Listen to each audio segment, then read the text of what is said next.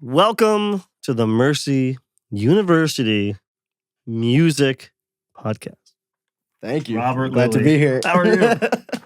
Robert Lilly, you are our new night and weekend manager. Yeah. You just started this semester. Yes. How's that going? That's going great. All right. Yeah, it's going pretty good. Yeah. We're really happy to have you here. But take me back.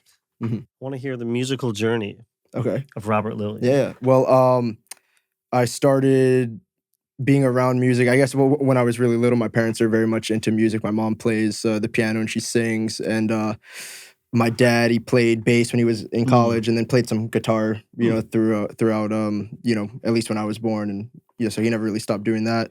And just listening to a lot of when I was little, like the Police, the Who, and even like Nine Inch Nails. My mom loves Nine Inch Nails, so That's I was awesome. always around all sorts of different music, and I was taught the piano when I was like 4. Oh, okay. My mom tried to teach me the piano, because that's her main instrument, but I really wasn't into it. And then a couple years later, I think at that time I really got into like guitar music through my mom's iPod, like the Beach Boys, the Beatles, things like that. I think also because the iPod was in alphabetical order, so the Beatles and the Beach Boys were right back to back with each other, and I just kept like listening to that. And then by the time I was 8, in elementary school, they had a flyer for guitar lessons, and I brought home the little ticket, and I showed it to my parents, and they were like, "Oh, let's support that." You did it? And Nice. and then I started taking lessons How all long the did way you take guitar lessons for? all the way until I was 8 years old to 13. That's a lot of lessons. Yeah. Wow. And it was this guy Pizzullo. We lost touch. I don't know what happened. Okay. Sounds He just familiar. like kind of fell off the online. Can't call him or anything, because I would like to just say hey, weird. thank Yeah, you for I know. supporting that.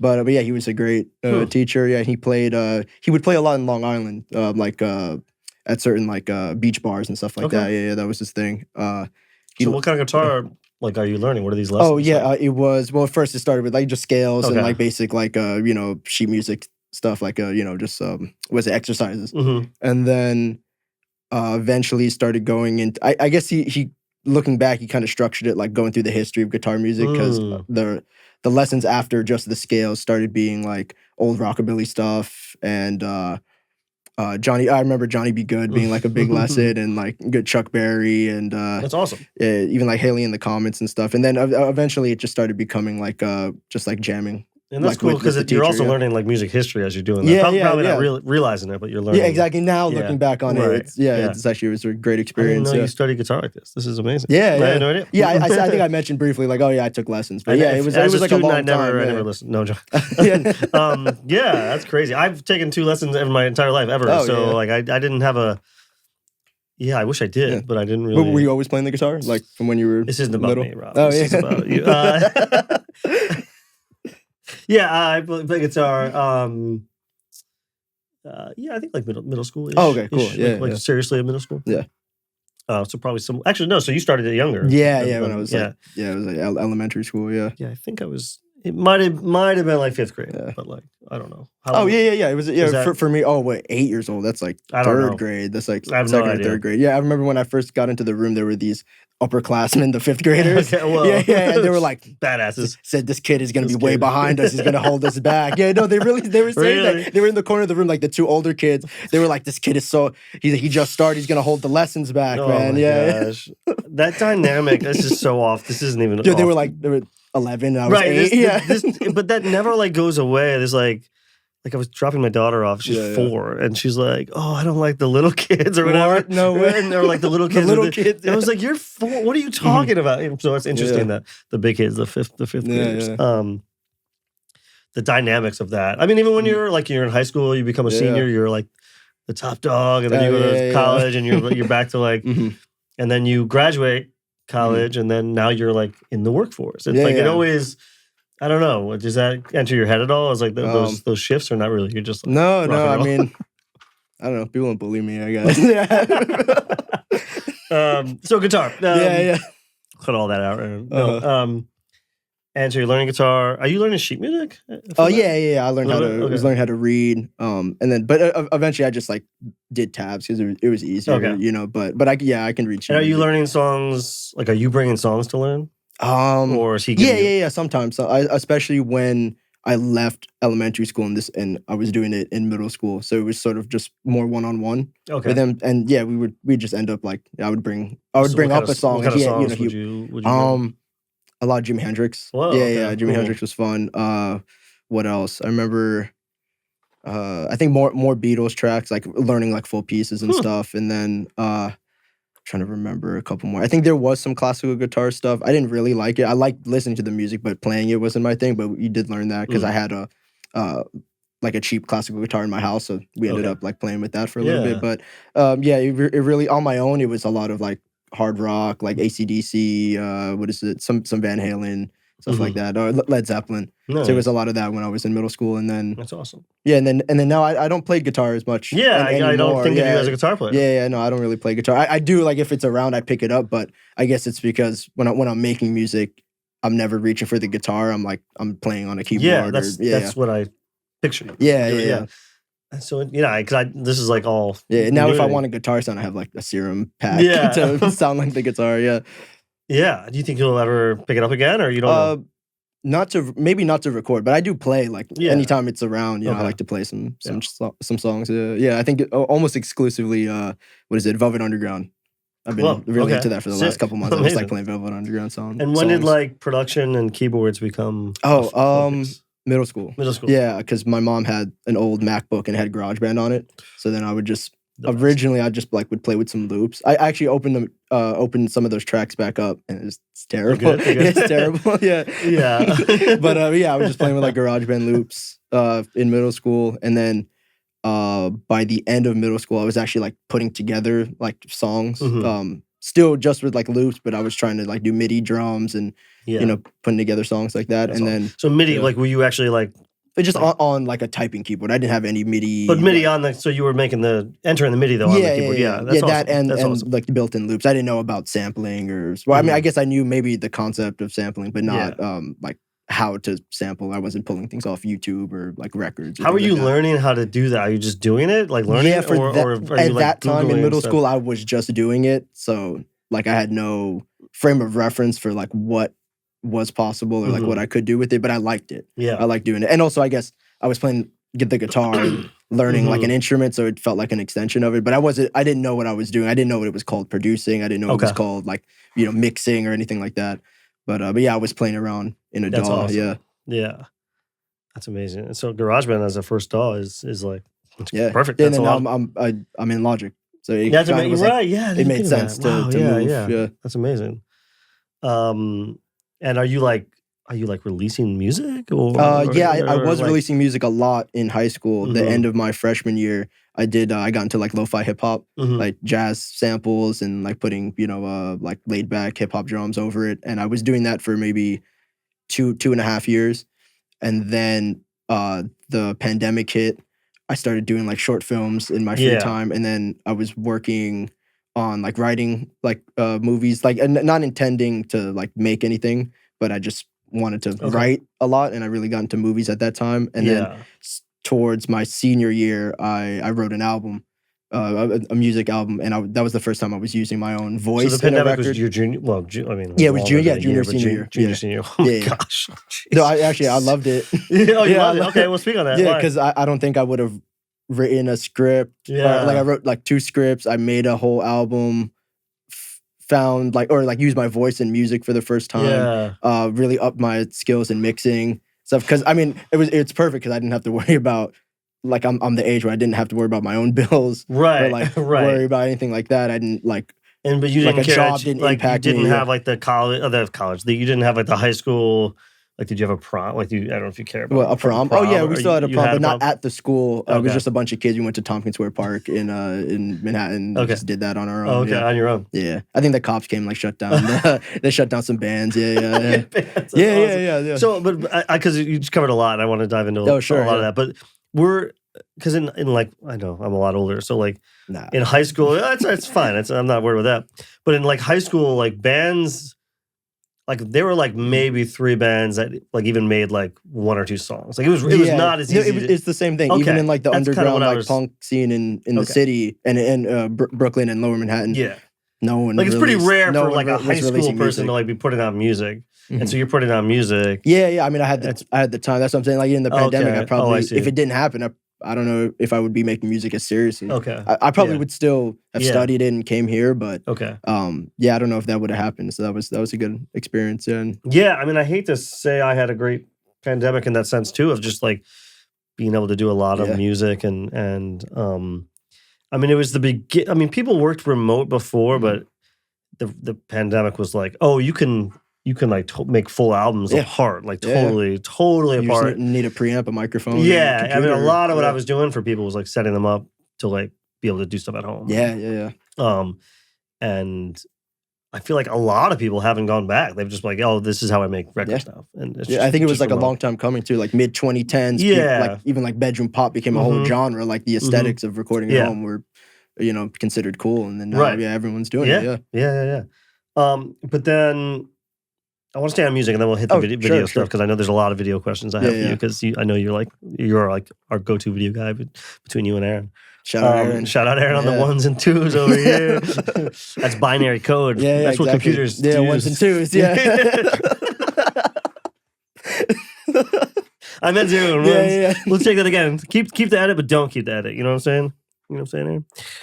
He's like, I want to get this chance.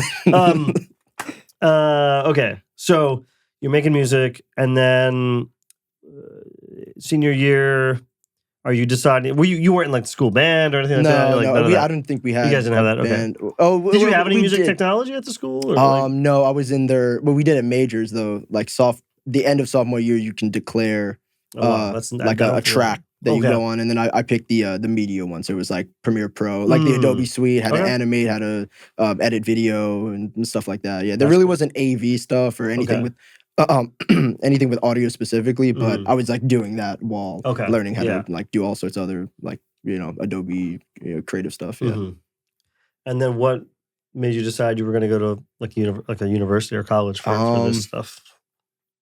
So I had to go to college. You had no. That's a fair. Me too. Yeah. Like that's a fair. But I'm glad that I did. Yeah. So you were like, I think a lot of students will. I appreciate hearing that. Like some students are just like, I got to go. You have to go.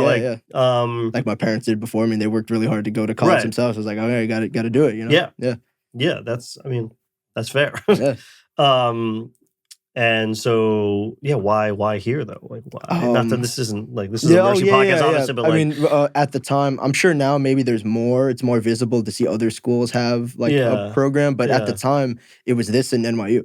Look, NYU. Yeah, it's amazing. But I think, and being in the city, for most of our students, and for me, when I was looking at music schools, it was like it was just about the price difference. It was just like it wasn't even.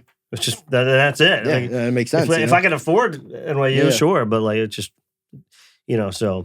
But I'm sure it's like the amount of work you put in. It's not like you go to NYU, you're gonna be amazing. Right. I think that's true. I know that's true because I know people that have gone to NYU, and I know people that've done the grad program there, which is good. But I think it's where you go. So I'm sure. Anywhere. I wouldn't want to disparage any music program, frankly. It's the individual, I think. Yeah, absolutely. If you had gone there, I know you would have done great there, and thank you. You would have done great at Purchase or University of New Haven or Five Towns or wherever. Yeah, but I came here and we're happy to have you. The campus looked great, and the price was great, and the gear in here. Honestly, I went back to back. I did the NYU tour, and then went here. It's like. I'm really not getting that much of a difference. Although they had Atmos like immediately because the dean was like the Atmos guy. So smart. But that was really the only big difference. Like coming here, the amount of gear was. And we do have Atmos now. Yeah. We've had it for a bit.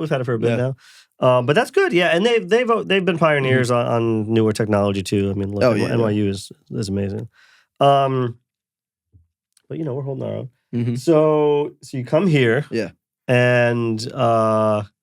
Obviously, you do this. You just graduated in May, and now you're hired here to doing the night and weekend management. But part of the reason you were hired is because we do so much video production now, which we didn't do. And speaking of COVID, we didn't do anything with video before COVID. Really, really, like nothing. At all.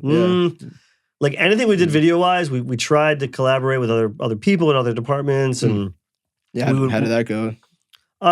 We would bring in other editors and other video. I mean, other majors, it's hard to collaborate because everyone's doing so much of their own work. So it's kind of like if someone wants to come record something with us, it's like, well, what is it for? Can we fit this in? Yeah.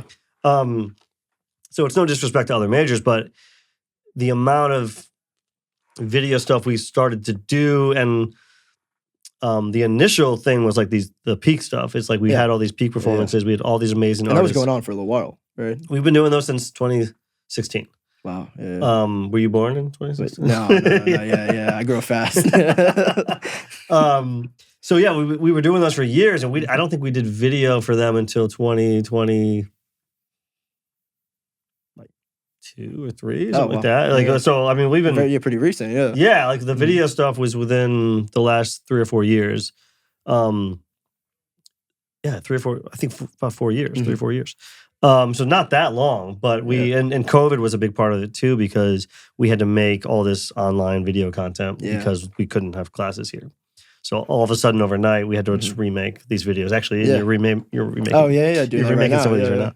So, but you and a lot of other people here, like AJ and Mike and Aaron and a bunch of other people, Zaire, we've finally developed our video stuff here. But you were pretty crucial in that. You've edited, I mean, half of the peak videos probably. And Aaron probably the other half. And then AJ did some and Mike did some. But but because you really dove in and were so willing to be a part of those things, it was like, wow, okay, you're taking this on. Yeah, I remember I was it was in like the van with you and AJ, and you guys were talking about like, man, how do I get this look, man? Have you heard of LUTs or something? You guys were talking about LUTs, and then I came in and be like, yeah, I know what LUTs are. And then you were like, why didn't you say anything earlier? I think this is like the third time I came up. I think I remember that conversation. Yeah, you guys were like complaining about like with the videos, we got to make them look better or something like that. Yeah. We got to change them up. Yeah, and then I think that we were in my car, I think, because we didn't have the van yet, and we were driving. I remember this. I remember the conversation, right? And you were like, hey, I know. And like, like this is just for every student out there. Like we learn so much from the students and everyone. Like speak up if you know how to do something. Yeah, for sure. I'm not saying you're going to like get a job immediately, but like the reason you work here now is because you because I could have not said anything and been like, okay, I'm just here to do like, I'll run the cables and stuff. Yeah, like you, and there's times where I felt bad where I know you came here for music, but like you're kind of I prefer doing the videos because honestly it frees me up to like not have burnout from my own music, because like creatively that's the stuff I do the most. And I've noticed, especially like my first year here, having it consume the majority of my day, like doing stuff that isn't just for my own creativity, made me not like have the energy to make my own music. So I actually really like that I have like these two. So you think the video enables you to be an artist in music and audio and then video? Wow. Yeah, that's interesting because I never saw myself as a videographer. I like did music videos for myself because I had to, and then I like gained those skills and I like fell in love with doing that kind of stuff. But music was always like the driving force. So interesting. Yeah, that's really. I think you're right though, because there's days where if I engineer for somebody for like 6 hours, I'm like the last thing. Even just physically, like the fatigue the last thing I want to do is like go engineer my own stuff. It's but yeah, so you took out all these videos and. I think to the detriment of other editors, you are such a quick editor. Like you edit so quickly. I appreciate that. So sometimes I think I'm like taking a long time. Oh my God, dude, you. I mean, Aaron, back me up here. I know you're behind the scenes here, but like between you and Aaron, like, and I've worked with some amazing editors over the many years, but like. There's some people I would wait 6 months for something. Really? Literally 6 months, and obviously they're not for like a music video or and like that's not.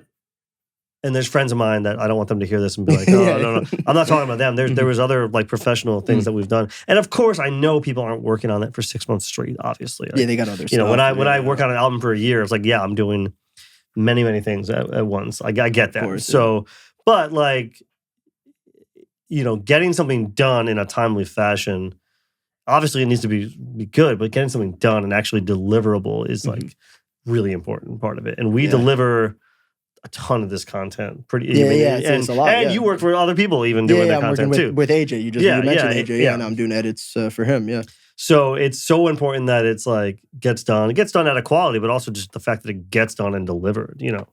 I mean those peaks. Maybe people could say the mixes suck, whatever, fine. But like I usually mix them in like one thing and they're done. Like I can't be going back and forth for like 6 months on these mixes. Like you know what I mean? but they have to be at a certain quality and they have to be done on time. And yeah, I feel bad when you deliver a mix and it sounds like all the other mixes and this a band says like, oh, we don't like it. Like what? Yeah. No band has ever said that. No joke. There's only well, because that's a shocker. Like to hear is like, what did they not like about it? Well, I think I don't want to say who. There was one man that didn't like the mix. And that's fine. I heard the final mix. It was very similar. There was like it was just like less kick drum. That's fine.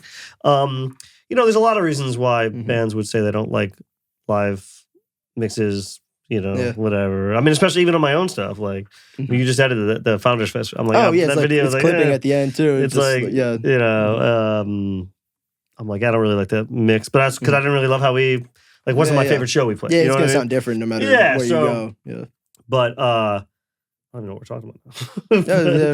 But editing, So video, I'm glad to hear that you like it because there's been times where I felt guilty about how much you were taking on video. Oh yeah, no, it's not a problem at all. And actually, it's helped me work on my own videos and develop those skills. Because for so long I was relying, like when I started doing it, I found a style that sort of masked the lack of skill that I had by like using certain kind of effects. But since it was a music video, I was making music videos for myself, being a little more like wild with the edits made sense. Right. But being forced to deliver something that's super sharp and super clean. Right. Like those it taught me like how to be subtle with the color grade, how to like pull back and make it look really good instead of just like layering a bunch of random stuff on top of each other.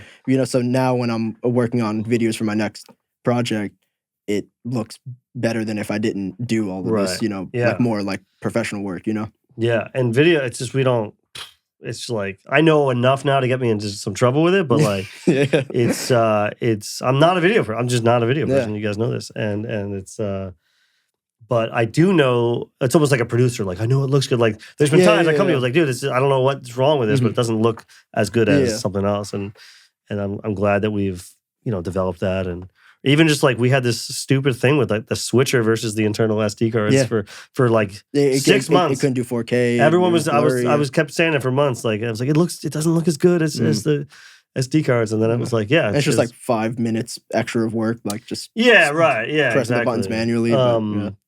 But crazy. So musically, but anything else video wise? I mean, your video. I know some of the music videos that you've been working on for your new stuff.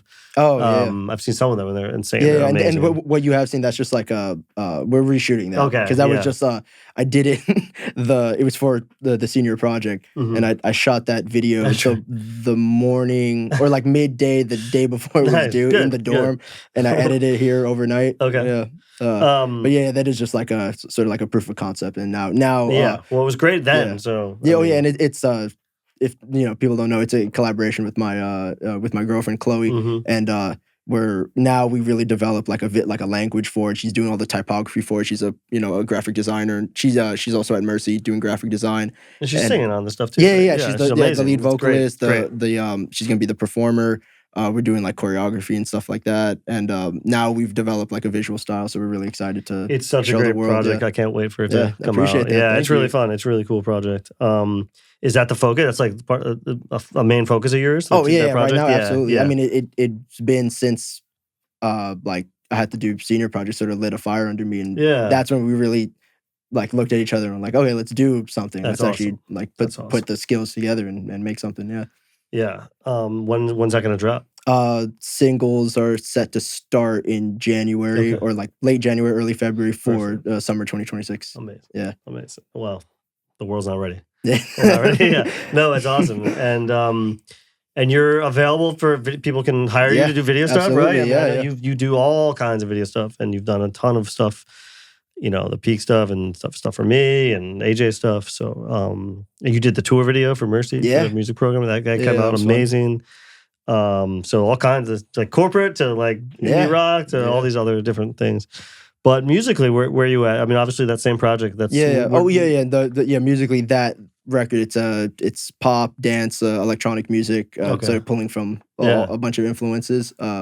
But outside of that, well, I guess that is the music I'm making right now. Focus, and I'm probably not going to stop making that kind of music for at least a long time. So yeah.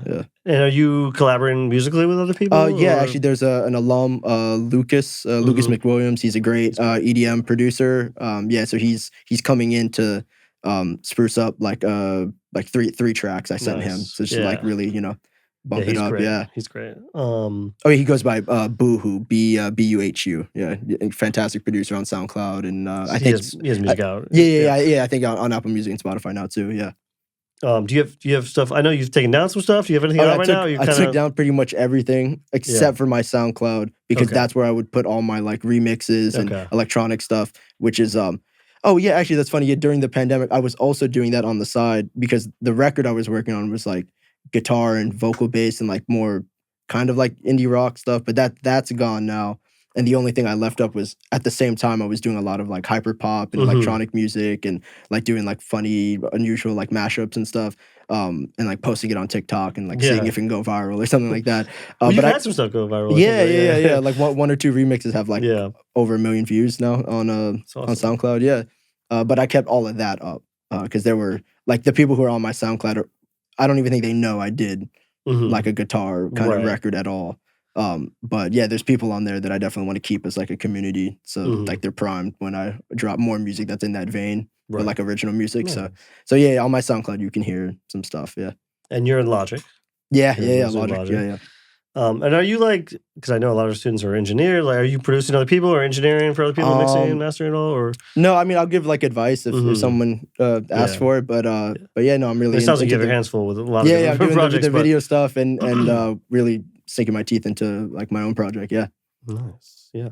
So what's the next 5 years look like? Next 5 years for Rob. Mercy, yeah, all the way. Yeah, no, I'm not entirely sure, but I want to keep making music and keep doing video stuff. I would love to grow into like more narrative filmmaking and stuff. That would be fantastic. But that's not like I'm not like dying to do it right now. The music right now is like really consuming my time, and I'm glad that it is. Yeah, nice. Yeah, because for a while, especially here, I like put making my own music off to the side for a while, which was good because I'm like learning how to produce more professionally, how to mix, how to master, like building all these skills. So it kind of is like, it's time to put those skills to use for my own music. But yeah, for a while I felt like, oh yeah, I'm not like making music. You know, I'm not like how I used to, I guess, because like the most recent memory was not having like anything to do during the pandemic and just making music all day, every day. Right. And then I come here and, now different responsibilities, doing homework and doing, projects for school that like no one will see kind of thing. You know what I mean? Like just for, getting through a class. But now, I'm really putting everything into an original project and it feels great. Nice. Yeah. Where can people learn about that project? Like, there is a website, but it's not since there's no music out, we don't have there's nothing on there. But yeah, it's called Foria on social medias. It's Foria 4IA, Instagram 4ia.online. That's our page, and we're gonna start populating that in the next like couple months. Yeah. Awesome. Well, we can't wait. We'll link to it once it's out. Yeah. Appreciate well, thank you, Rob. You're amazing. Thank you for having me. Of course. The GOAT, Sam Stoff. Woo!